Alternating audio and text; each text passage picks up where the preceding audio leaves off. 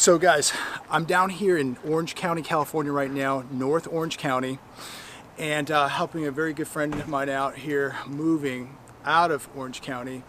And what is shocking is, it's been a while. I actually lived in this area many years ago, but if you take a look around, if you want to scan this really quick, just go a little faster.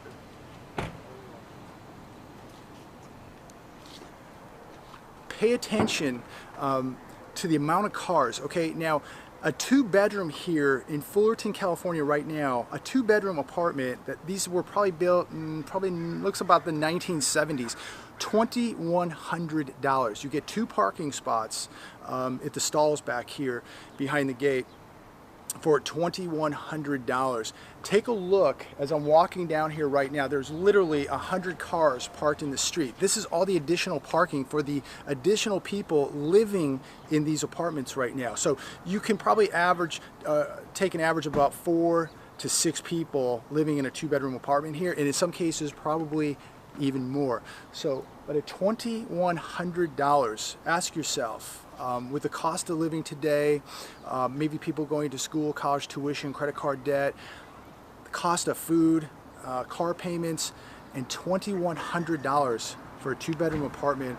How are people doing it? And literally there are people upon people on top of one another out here in North County.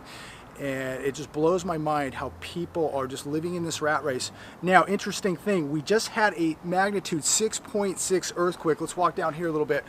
6.6 earthquake that just happened in Barstow a few hours from here on the way to Vegas. 6.6.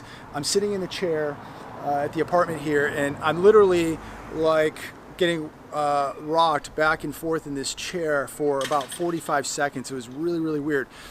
Ask yourself, what would you do if you were in an area like this where it is just droves and droves of people on top of one another, structures on top of one another. Imagine if you had a big earthquake, what would people do? How would they survive?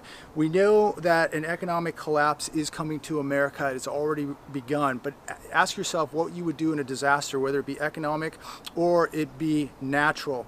What would you do? How would you survive? I can tell you right now, just taking the odds, that 99% of the people living in this complex are living paycheck to paycheck.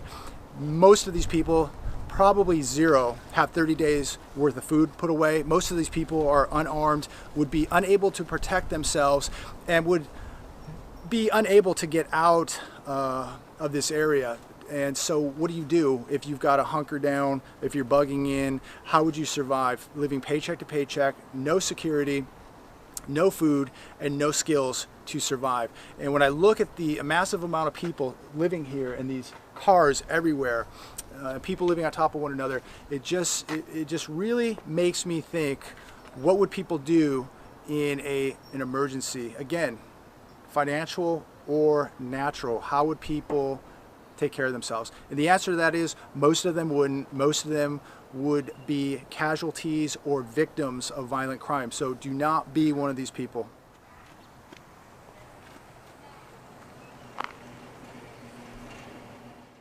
This is not a housing project. I'm not in some ghetto, okay? I'm in North Orange County. This is what is happening to your middle class right now. This is how people are living in Orange County.